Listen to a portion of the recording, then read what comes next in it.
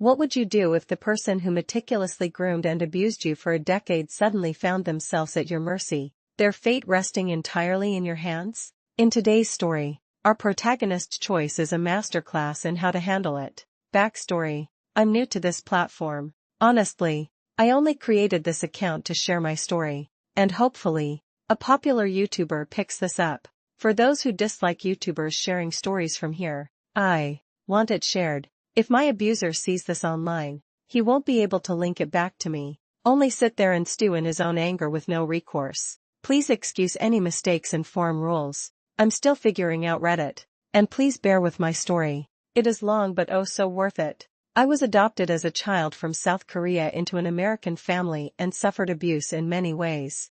I won't go into the exact details here, but my background led me into the relationship this story is about. As it was, I did not learn what a good and loving relationship should be like and was not able to recognize being groomed as a late teen by a much older man. Enter the antagonist, a man I'll call Arthur, a truly psychotic narcissist. These events unfolded over 15 years after I left my abusive adoptive home. He was 32, and I was not quite 19 yet. I am now 38. I was whisked away from the only real family I knew, my unofficial adoptive sister, mother, and father, to California. From the beginning, I noticed some things were off when I was being groomed, but I didn't recognize the signs. 2 years into the relationship, the abuse truly began in earnest. Over the course of our travels and problems, I noticed Arthur would talk incessantly online with other women. He even made a point to tell me about one who turned him on at a job site. He worked telecom construction jobs. I also caught him online with a 16-year-old. He confessed this amidst severe paleness, sweating, stammering, and fear. At this point, it was like taking care of an adult baby who always had to have things his way. I enjoyed it when he left for weeks, sometimes months, for work. It meant I didn't have to deal with him constantly. To clarify why I say it was like taking care of an adult baby, he would literally defecate himself and drip it all over the floor on his way to the bathroom, then make me clean it up. This happened all the time. That's just one example. He would throw the Christmas tree more often than not during arguments around the holidays, so I stopped putting one out. There was also throwing things, breaking furniture, punching holes in walls, sexual abuse, and rape. About 8 years into the relationship, Arthur received an inheritance from a deceased uncle. That's when the threats began: if you ever take my money and leave, I'll find you and kill/shoot you. He was heavily into guns and owned many. This is a man who is a severely paranoid psychopath. I eventually learned he was a paranoid schizophrenic via his ex-wife whom I found on Facebook. It was then I really tried to find a way out. It was difficult because he kept moving me around the U.S. to different places in several states. The last place he forced me to move to was Missouri. Enter the 3,000 square foot home he made me co-sign for. I hated it. I had to keep it spotless, which meant constantly running after Arthur, picking up after him, and cleaning. I was also working part-time and doing college full-time. The problems worsened around this time, as this is when I found him online with the 16-year-old minor. This is when it truly dawned on me that he was grooming someone else. He would also force me to talk to his then current girlfriend whenever she called. All this was adding up, and since we were finally in a big city, I knew I could find a way to leave because resources were available. Arthur decided he was going on a trip with a friend out of state, and that's when I planned to leave. I planned ahead, letting the shelter know the situation, when to expect me, and to call the police after 24 to 48 hours if I didn't show.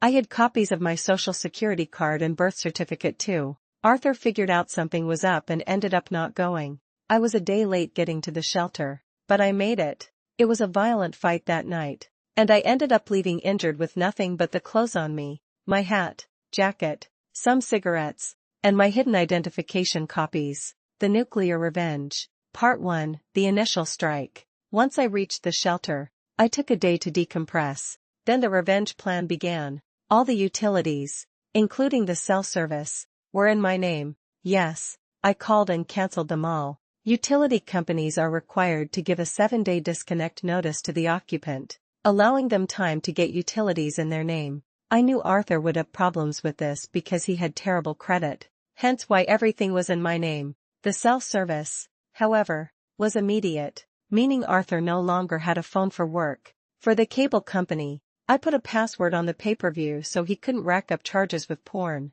I did call my bank to inform them but was unaware at the time that he could still cash a check, which he did, forging my name. More on that later. After canceling everything, I knew it was time to find a place, start over, and finish getting my revenge and my life back. Luckily, I had a friend, who would later become my husband, let's call him Ethan, in Ohio, who offered me a place to stay. I used my last paycheck to grab a bus ticket and hightailed it out of there. Part 2, Gathering Forces. Once I arrived in Ohio and settled in, I started taking stock of my options. Ethan is a retired law enforcement officer, military veteran, doctor, and martial arts practitioner. He's done so much, and it came in handy later in more ways than one. He helped me figure out my options, informed me of our local laws, and assisted me in finding the right type of attorney. He also helped me document everything Arthur did once he realized where I had gone. And Arthur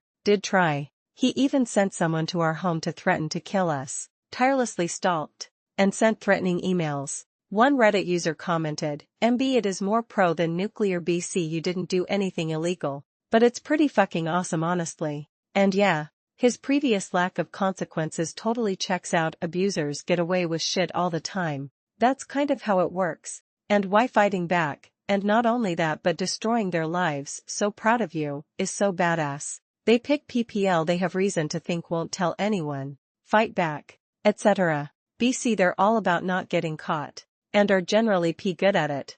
I'm so glad you're away from him and with good PPL now, and that he got what was coming to him / literally ended up afraid of fucking with you. That's correct. Part 3, The Legal Gauntlet begins. With documentation in hand and a 15-page typed statement, I called a local Missouri attorney, we'll call him Mr. Davies, who turned out to be amazing. He helped me with all the necessary filings. Arthur and I had been together for barely shy of 10 years, and Missouri is a common law state. I had to go through a legal separation to sever everything we had in Missouri. Mr. Davies ended up getting me an excellent judgment against him, as well as a warrant for his arrest for that county. The documentation of his erratic, threatening behavior still continued.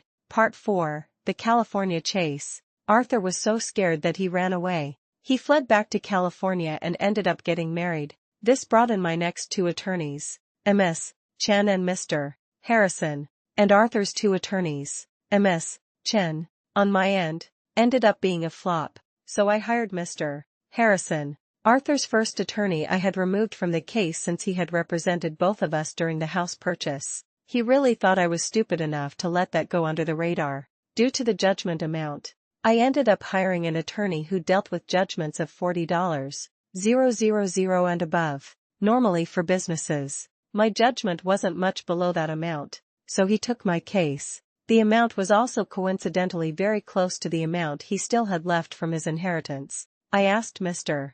Davies to ask for that specific amount since it was all he had left of his inheritance. He filed a sister state judgment so that the interest and judgment were moved to California for me. Mr. Harrison got Arthur's second attorney to drop him since they were colleagues at one point. Arthur no longer had any legal representation and tried to represent himself from this point on. And boy, did Arthur make a fool of himself trying to represent himself. This reveals Arthur's greatest fatal flaw, his profound arrogance and inflated sense of self, which blinded him to his own legal incompetence and ultimately sealed his fate. Part 5, The Net Closes. Enter my private investigator, who later became a friend, whom Mr. Davies recommended. I'll call him Leo. Leo enjoyed that chase because of the situation behind it. Leo hates abusers like Arthur. Leo found Arthur in California, and we ended up finding all of Arthur's personal address information because he was arrested for domestic violence on his pregnant wife. We were able to serve him during his court hearing on his wife's case via a bailiff. Oh, to have been a fly on the wall. Remember above I said that I had found out Arthur had forged my signature and cashed a check on my bank account? Yes. I also had all the proof of that and had him dead to rights on check fraud and forgery as an ace in the hole if I ever needed it, which Mr. Harrison was also provided. The last act, the sweet taste of victory. With all my proof in hand, Arthur also knew I had him on check fraud and forgery should the need arise. The judgments, And a second warrant was about to be issued in California on him from me and Mr. Harrison. He finally offered to settle. In the end, I still got the same amount of my judgment plus court costs. He never realized that was what I was aiming for. He always said if I ever took his money and left him, he would find me and kill/shoot me. I still got his money, and he never did shoot/kill me. It took 5 years. But damn if I wasn't going to fight tooth and nail to nail this bastard for what he put me through.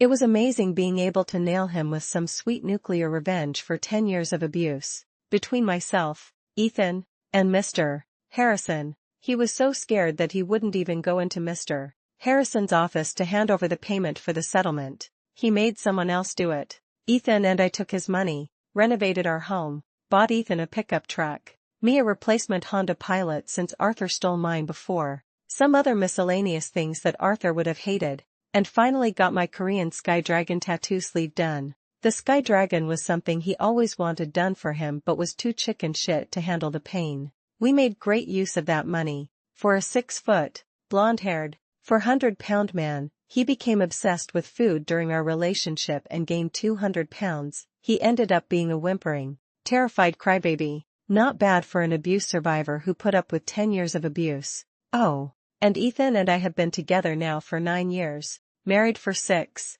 5 of them, one Reddit user, an abuse survivor themselves. Emphasized, as an abuse survivor sharing our stories is not easy. I did this with a goal in mind and that goal has been completed. Because of his abuse and the abuse I suffered throughout my childhood, I now have PTSD, agoraphobia, anxiety, panic attacks and extremely poor health. I am not using that as an excuse of any means here. I am simply stating it. I have worked hard to be able to live a fairly normal life, as much as I possibly can. I was groomed by a pedophile and spent 10 years being abused by him. After finally escaping, I spent 5 years fighting back and forced him to pay me tens of thousands of dollars in return. In the end, he was afraid of me. The core lesson here is that even in the face of immense trauma and systemic obstacles, resilience and strategic action can lead to profound vindication. What would you consider to be the most powerful act of revenge in this story, and why?